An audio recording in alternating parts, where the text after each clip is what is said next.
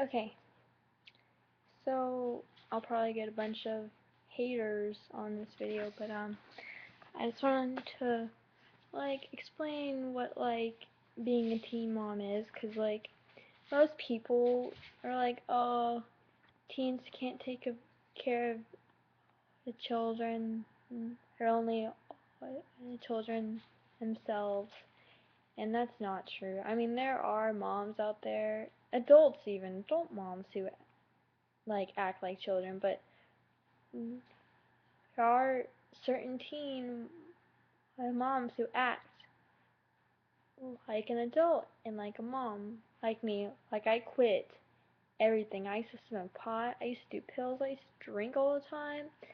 I used to just have sex with random guys and not even care. And if you guys haven't noticed by now, I have a speech problem. But anyway, and I found out I was pregnant in July or June. I think it was, yeah, it was July 7th. It was the day that I um I was at the court because I had to go back to court because I didn't complete my hours the first time, and I got put on probation that day. And I come home and I took a pregnancy test and I was pregnant. And at first I was really scared, and um, I thought my life was ruined. I called my mom, she started crying, I was crying, and it just, I don't know. At first I was thinking about all the bad things that would happen in my life, but then I realized that it's a blessing. I had endometriosis, and I, I was not supposed to be able to have any kids. There's only a 1% chance I'm able to. Well, that 1% chance happened, as you guys can tell. Um, Now, her sperm donor, oh, it's the father, um, um, he, I told him, and he was like, that's not my kid, and I think the first reaction everyone does, he only saw me 3 times my whole pregnancy, and now he wants to be like, oh, I want to see the baby, and blah, blah, blah. So he's going to see her this Friday for the first time, and she is 4 months and 5 days old. And yeah, and I started dating this guy, Eric, when I was 7 months pregnant. He made me super happy, and he thought I was hot, even when I did have a big belly, because of the whole pregnancy thing. But before I met him, I had sex with a couple guys before then, but only 2 of them knew I was pregnant. The other ones did not know I was pregnant.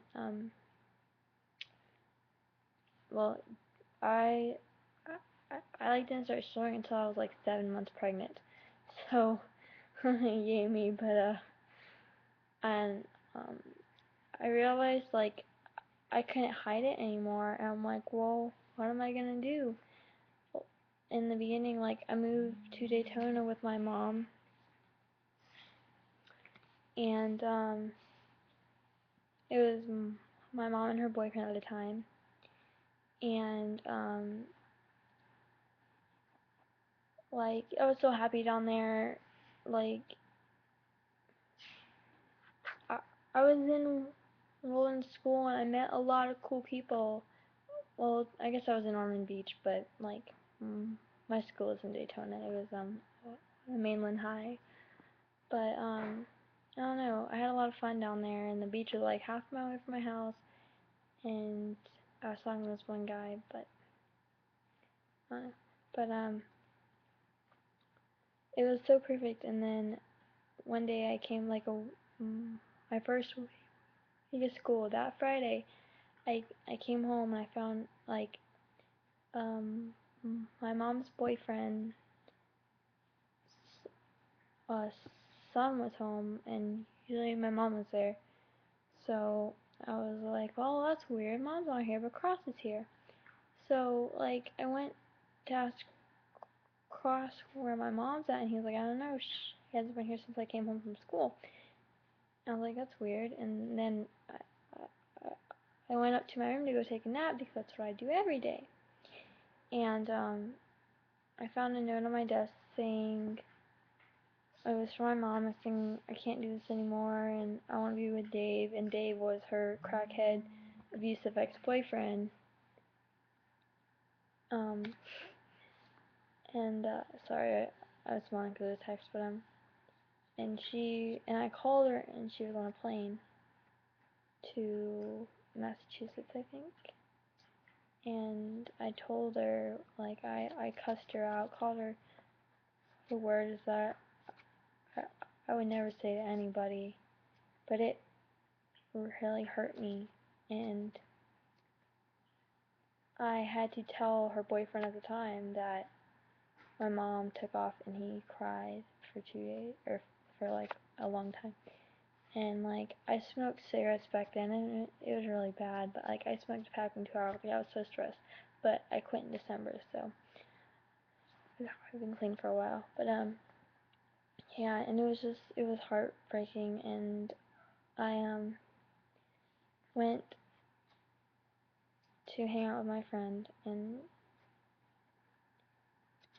he helped a little bit, but and then I called my dad and told him the situation, and he was mad at my mom because like and him and my grandma came and got me, and Brett asked me if I wanted to stay in Daytona, and I said I wanted to, but my dad wanted me home, a stable home for the baby. But yeah, and anyways, I was smoking cigarettes up till December. My boyfriend Eric helped me quit because like he doesn't drink or smoke or anything, so it was a lot easier for me. And I didn't want to hurt the baby inside me that was growing. And so I quit. And last time I smoked pot was in December. I will never touch drugs ever again. They wrecked my life. And um, yeah, and I had Emery on March 6, 2012, the day before my 18th birthday. It was a great birthday present. I had her at 2:45 a.m. She was 20.5 inches long and 7 pounds and 4 ounces, and I had her without any drugs or an epidural. So like it hurt like a bitch.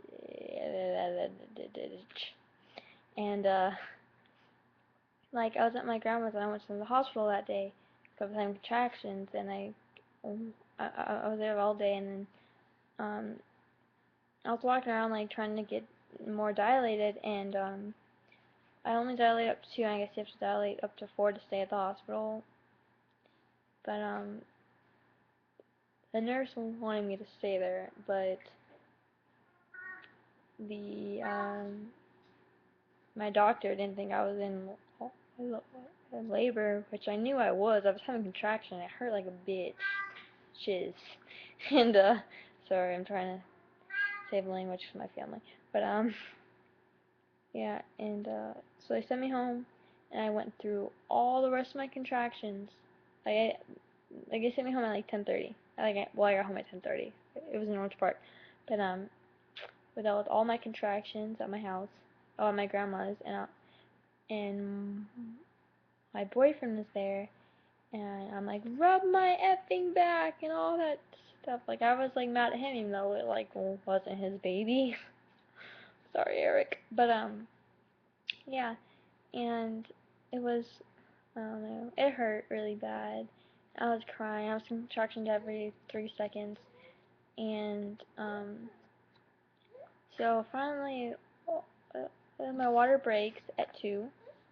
I get in the car screaming. I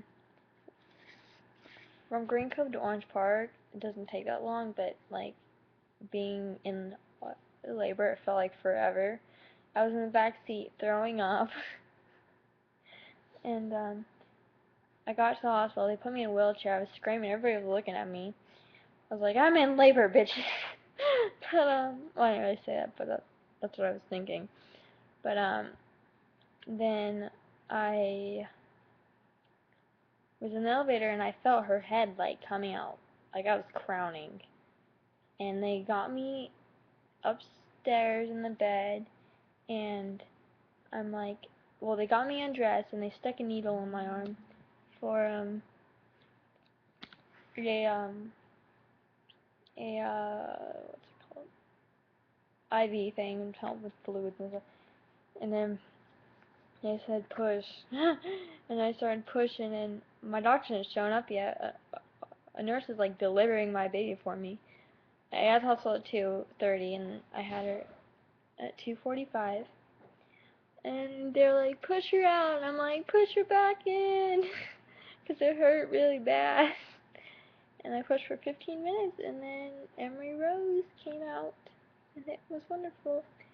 And after, they gave me drugs, which was great. And then they like sewed me up and stuff. But yeah, and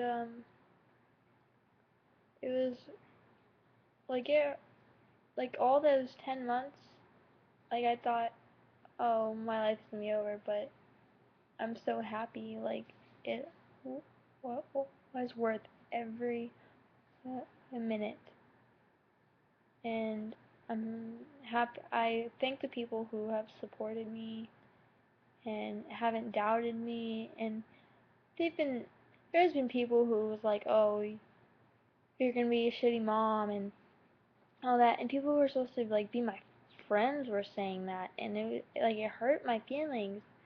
And if you're gonna tell my sister that, you don't think that she's not gonna fucking tell me?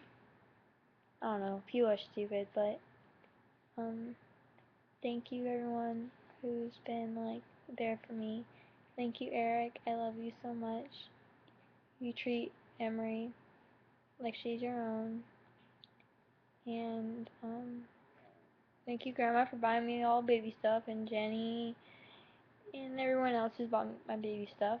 And I am hopefully starting college in the fall at St. John's State College, and I'm getting a job at Five Star Pizza, and I'm getting a car like next month.